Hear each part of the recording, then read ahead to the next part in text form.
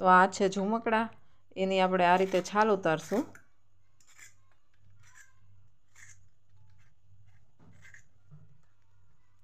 આ રીતે આપણે છાલ ઉતારી લીધી છે બધાની। તો હવે આપણે ઝુમકડાને આ રીતે કટ કરી લેશું।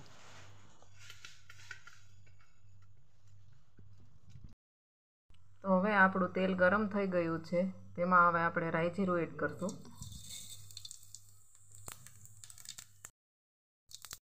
લસણની પેસ્ટ,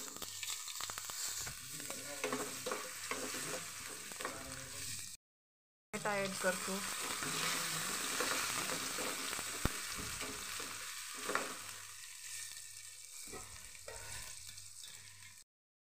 હવે આપણે ઝુમકડાના કટકા નાખશું।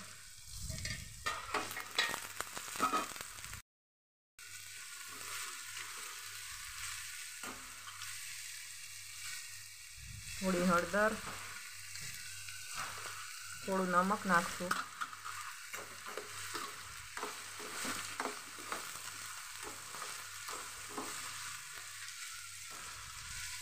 હવે થોડીક વાર ઢાંકી દઈશું।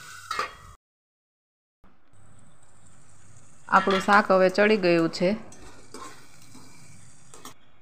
એમાં થોડું લાલ મરચું પાવડર અને થોડું ધાણા જીરું એડ કરશું।